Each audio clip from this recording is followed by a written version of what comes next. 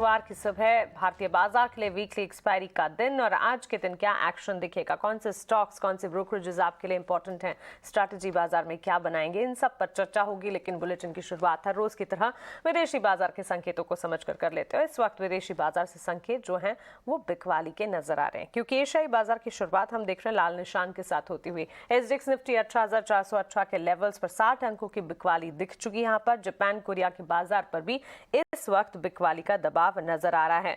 बीती रात अमेरिकी बाजार की अगर बात करें, दिन भर वॉलेटाइल एक्शन देखने को मिले और फिर जब क्लोजिंग हुई अमेरिकन मार्केट्स में भी बिकवाली का दबाव हावी हुआ। डाउ, नैस्डैक और एसएनपी सबसे ज्यादा गिरावट। टेक्नोलॉजी हैवी काउंटर्स में जो बिकवाली थी, जो वॉलेटाइल एक्शन था, उसी के चलते नैस्डैक में देखने को मिली। करीब 200 अंकों की गिरावट के साथ नैस्डैक में ज्यादा गिरावट के साथ क्लोजिंग हमने देखी और इसी के साथ डाउ और एसएनपी में बिकवाली का दबाव रहा।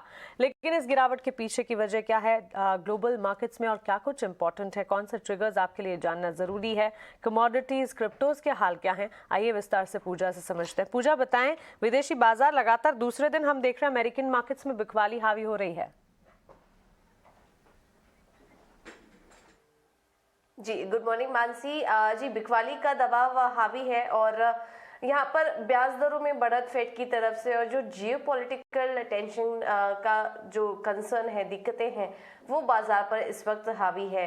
कल हमने देखा कि दिन भर वैसे तो दायरे में ही कारोबार करते हुए नजर आए, करीब करीब 100 पॉइंट्स के दायरे में कारोबार करते हुए नजर आए, लेकिन जो क्लोजिंग हुई है वो कमजोरी के साथ ही देखने को मिली है। स्पेशली नैस्डैक में देखिए, यहाँ पर करीब 1.5% से ज्यादा की वीकनेस देखने को मिली है।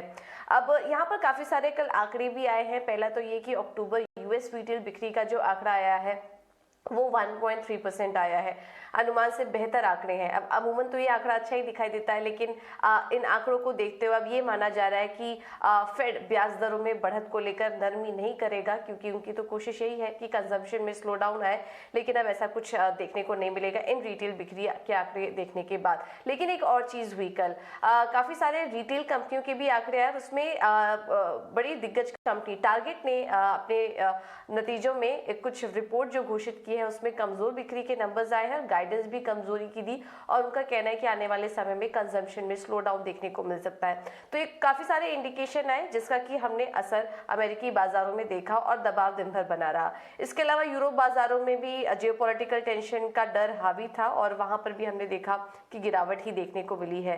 अब अगर कमोडिटीज और बॉन्ड मार्केट की बात करें तो यहाँ पर भी अनुमान से जो बेहतर रिटेल सेल्स के आंकड़े आए, उसके बाद हमने देखा कि बॉन्ड यील्ड्स में कमजोरी दिखी और 3.77 से घटकर ये आंकड़ा 3.7 में आया। डॉलर में हल्की नरमी आई और सोने में जो बढ़त थी वो जारी है डॉलर में नरमी की वजह से। अब यहाँ पर भी ब्याज दरों में बढ़त और जियोपॉलिटिकल टेंशन जो है उसका असर सोने में देखने को मिला।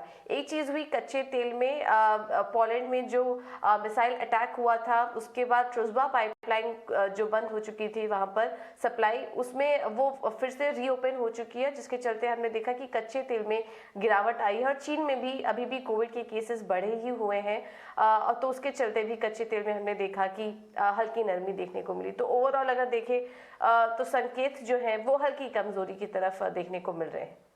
बिकवाली का दबाव। शुक्रिया पूजा विदेशी बाजार के संकेत हमें बताने के लिए। और कल टारगेट के नतीजों के साथ साथ ही हमने देखा फ्यूचर्स में एक स्लाइडिंग ट्रेंड देखने को मिला। उसके बाद दिन भर एक रेंज में ही कामकाज दिखा और बाजार में क्लोजिंग अमेरिकन मार्केट्स की बिकवाली के साथ ही रही। कमोडिटीज में भी कंसर्न्स इस वक्त बिल्ट होते हुए और बुलियन मार्केट पर भी नजर रखनी होगी। लेकिन आइए आगे बढ़ते हैं और अब समझते हैं कि कल के कारोबारी सत्र में संस्थागत निवेशकों ने क्या किया।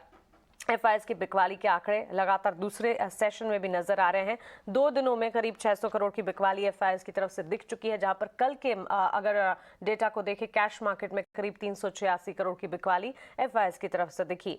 डीआईएस ने इसके सामने सपोर्ट किया। 1437 करोड़ की खरीदारी डीआईएस की तरफ से कैश मार्केट में आती हुई दिखी है और साथ ही वायदा बाजार में अब भी एफआईएस की तरफ से खरीदारी के आंकड़े 1845 करोड़ इंडेक्स फ्यूचर्स में, वहीं 4967 करोड़ इंडेक्स ऑप्शन में। तो महज कैश मार्केट में एफआईएस की बिकवाली का आंकड़ा कल के लिए। इसके अलावा कैश मार्केट में डीआईएस ने खरीदारी की है, वहीं वायदा बाजार में भी एफआईएस की तरफ से बाई के डेटा आते हुए नजर आ रहे हैं।